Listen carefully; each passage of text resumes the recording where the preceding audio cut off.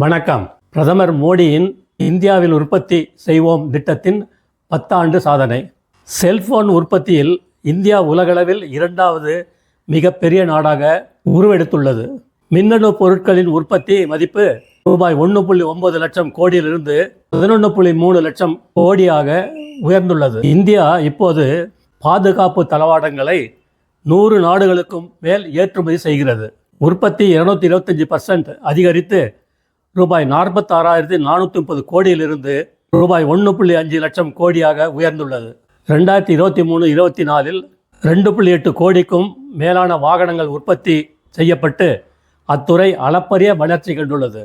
கடந்த 5 ஆண்டுகளில் வாகன பாகங்கள் உற்பத்தி துறை 2 மடங்கு வளர்ச்சியை பதிவு செய்துள்ளது.